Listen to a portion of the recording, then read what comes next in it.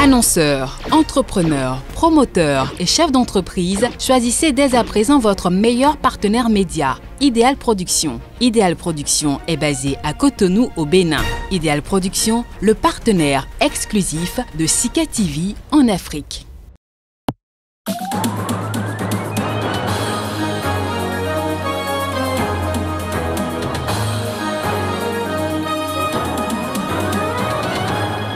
Il aura fallu plus de 2 ans pour entendre des témoins et des victimes de violations des droits humains sur Yaya Jammeh en Gambie. La commission a bouclé les auditions ce jeudi.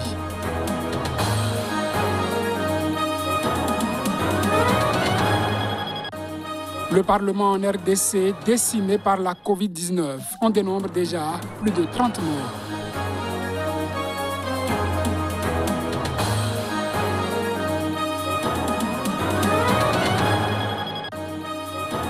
C'est officiel, l'Allemagne a commis un génocide en Namibie entre 1884 et 1915. Pour la première fois, Berlin l'admet.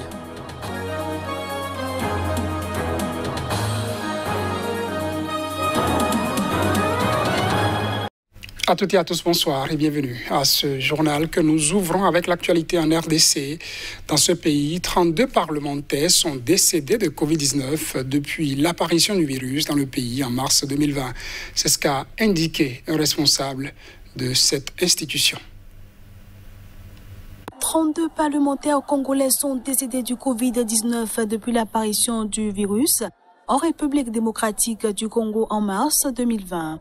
L'information a été annoncée ce jeudi par le premier vice-président de l'Assemblée nationale, Jean-Marc Kabonde, dont les propos sont relayés ce vendredi par plusieurs médias congolais. Cette annonce intervient alors que les autorités redoutent une 3e vague des cas de coronavirus. De fait, depuis plusieurs jours, les cas de contamination, relativement limités dans l'absolu, sont en hausse. 107 nouveaux cas ont été ainsi identifiés ce jeudi, dont 102 à Kinshasa. Au 28 mai, les chiffres officiels font état de 31 385 cas confirmés pour 782 décès. Avec plus de 21 700 cas, la capitale Kinshasa est le principal foyer de l'épidémie, avec comme épicentre la commune de la Gombe, le riche centre-ville où sont concentrées les institutions, le monde des affaires et où vivent Congolais aisés et étrangers. Plusieurs proches collaborateurs du président Félix Tshisekedi sont décédés de la maladie. La majorité des habitants de la capitale restent cependant sceptiques sur la présence, voire l'existence du Covid dans cette mégapole tentaculaire, pour l'instant relativement épargnée. Au 40e jour de la campagne de vaccination gratuite et accessible à tous les adultes, 19 597 personnes ont été vaccinées. Pour des raisons de délai de péremption, la République démocratique du Congo avait dû céder à ses voisins 1,3 million de doses sur les 1,7 reçus via le système COVAX de l'ONU, conséquence du retard pris par la campagne congolaise. Malgré la rétrocession de ces doses au système COVAX, le pays dispose de 384 000 doses en stock et 50 000 doses reçues du gouvernement indien, selon le gouvernement. Au moins 26 civils ont été tués dans la nuit de mardi à mercredi dans l'est de la République démocratique du Congo dans une attaque attribuée aux membres du groupe d'origine ougandaise Force démocratique alliée ADF. C'est ce que l'on peut retenir d'un nouveau bilan établi ce jeudi par un groupe d'experts. Au moins 26 civils ont été tués dans la nuit de mardi à mercredi dans l'est de la République démocratique du Congo, dans une attaque attribuée aux membres du groupe d'origine ougandaise Forces démocratiques alliées ADF, selon un nouveau bilan établi ce jeudi par un groupe d'experts. Le précédent bilan de l'attaque survenue dans la nuit de mardi à mercredi, dans le secteur de Rwansori, donné mercredi par l'administrateur du territoire de Béni, Donat Kibwana et des humanitaires, était de 13 corps retrouvés et plusieurs personnes portées disparues. Mais ce bilan a été revu à la hausse, a écrit le baromètre sécuritaire du Kivu, KST en anglais, qui dispose d'experts déployés dans cette région. Il a été réévalué à au moins 26 victimes après que de nouveaux corps ont été retrouvés dans les villages voisins de Vuto, Tolia, Maboulé, Kissima et Mayele dans le territoire de Béni. 13 autres cadavres ont été ramassés ce jeudi après des fouilles dans la forêt, a indiqué une source humanitaire, soulignant que le bilan pourrait être encore plus lourd. Ne disposant plus d'un fief, des ADF en errance ont usé de la ruse pour perpétrer ce massacre, se faisant passer auprès des habitants pour une patrouille de l'armée, a expliqué le général Peter Sirimwami, chef des opérations des forces armées congolaises dans cette zone. Les ADF, à l'origine des rebelles musulmans ougandais installés en République démocratique du Congo depuis 1995 où ils ont fait souche, sont de loin le plus meurtrier des 122 groupes armés recensés dans l'Est congolais par le KST. Le 11 mars, les États-Unis ont placé les ADF parmi les groupes terroristes affiliés aux djihadistes de l'organisation État islamique. En Gambie, la commission Vérité, Réconciliation et Réparation a clos ce jeudi 27 mai ses auditions. Entamées en janvier 2019, elle a enquêté sur les violations des droits humains commises sous le régime de Yaya Jammeh. Elle doit maintenant rendre ses conclusions et faire des propositions aux autorités actuelles. Reportage. En plus de 2 ans, la liste des exactions évoquées lors des audiences retransmises en direct à la télévision aura été longue. Chasse aux sorcières contre les opposants emprisonnés et torturés, meurtre de journalistes et d'hommes d'affaires, massacre de migrants, viol ou encore traitement forcé des personnes séropositives par un remède concocté par le chef de l'État Yaya Jammeh. Plus de 300 sont dits témoins, hommes et femmes, anciens ministres, simples civils ou soldats, victimes et ex-membres des escadrons de la mort du régime, les junglers ou Broussard ont été auditionnés.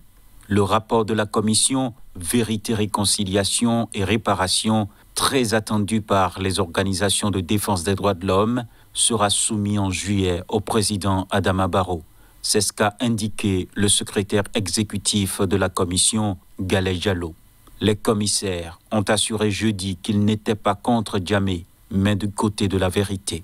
Le président Barrow a fait savoir de longue date qu'il attendait les recommandations de la commission pour éventuellement réclamer des poursuites contre son prédécesseur qui a dirigé pendant 22 ans dans cette ancienne colonie britannique d'Afrique de l'Ouest un régime régulièrement accusé de torture, d'exactions extrajudiciaires et de viol. Human Rights Watch propose la création d'une cour hybride Gambie-CEDEAO sur le modèle de celle qui a jugé l'ancien président tchadien Hissène Habré. L'ONG espère que d'autres pays s'associeront aux poursuites et soutiendront une possible demande d'extradition de l'ex-président. La commission pourra recommander des poursuites, mais n'a pas le pouvoir de prononcer des condamnations. Le gouvernement somalien annonce la tenue d'ici 60 jours des élections nationales dont le report avait provoqué l'une des pires crises politiques de ces dernières années dans ce pays de la Corne de l'Afrique. Cette annonce fait suite aux pourparlers entre les chefs d'État de la Somalie à Mogadiscio. Suivons.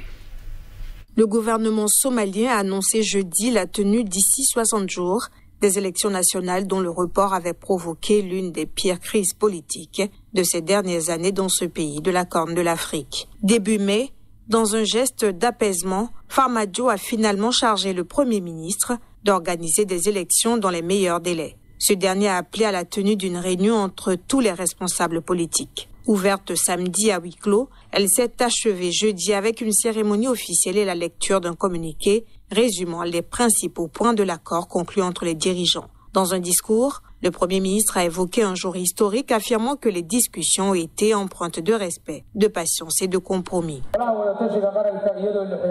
En ce qui concerne le report des élections fédérales en 2020-2021, le Forum consultatif national s'est mis d'accord sur le fait que les élections se tiendront d'ici 60 jours.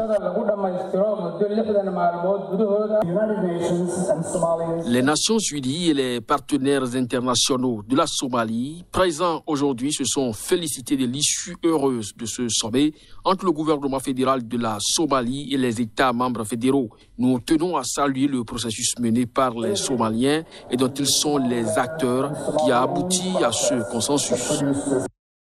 Parmi les points de contentieux discutés figure la composition des comités électoraux ainsi que la tenue du vote dans le sud-ouest de la Somalie. À la frontière avec le Kenya, une zone du Jubaland qui fut récemment le théâtre de combats meurtriers entre troupes nationales et locales. En 2017, l'élection du président Farmajo avait suscité beaucoup d'espoir dans la population, qui voyait en lui un dirigeant soucieux de lutter contre la corruption et déterminé à combattre les Chebabs. Mais la prolongation de son mandat était perçue par beaucoup comme un passage en force pour se maintenir au pouvoir et, entre autres problèmes, les Chebabs n'ont pas été particulièrement inquiétés. Berlin a pour la première fois reconnu vendredi avoir commis un génocide en Namibie contre les populations Herero et Nama pendant l'ère coloniale entre 1884 et 1915. Cette annonce est le fruit de longues négociations entre les deux États. L'Allemagne se démarque des autres anciens pays colonisateurs, réticents à reconnaître leurs fautes et parfois leurs crimes. La reconnaissance par Berlin d'un génocide commis par l'Allemagne en Namibie constitue un pas dans la bonne direction, a estimé vendredi le gouvernement namibien. L'Allemagne a pour la première fois reconnu avoir commis un génocide contre les populations des Herero et Nama en Namibie pendant l'ère coloniale et va verser au pays plus d'1 milliard d'euros d'aide au développement. Le président namibien organisera dans les semaines à venir des discussions avec les représentants des communautés Herero et Nama sur les modalités de mise en œuvre de ce qui a été convenu avec l'Allemagne. Le ministre allemand des Affaires étrangères a salué vendredi la conclusion d'un accord avec la Namibie après plus de 5 ans d'âpres négociations sur les événements survenus dans ce territoire africain colonisé par l'Allemagne entre 1884 et 1915. Les crimes commis pendant la colonisation empoisonnent depuis de nombreuses années les relations entre les deux pays. Les colons allemands ont tué des dizaines de milliers d'Herero et de Nama lors de massacres commis entre 1904 et 1908, considérés par de nombreux historiens comme le premier génocide du XXe siècle. Les autorités namibiennes exigeaient des excuses officielles et des réparations, mais l'Allemagne s'y était à plusieurs reprises opposée, invoquant les millions d'euros d'aide au développement versé à la Namibie depuis son indépendance en 1990. Les tribus Herero représentent aujourd'hui environ 7% de la population namibienne, contre 40% au début du XXe siècle.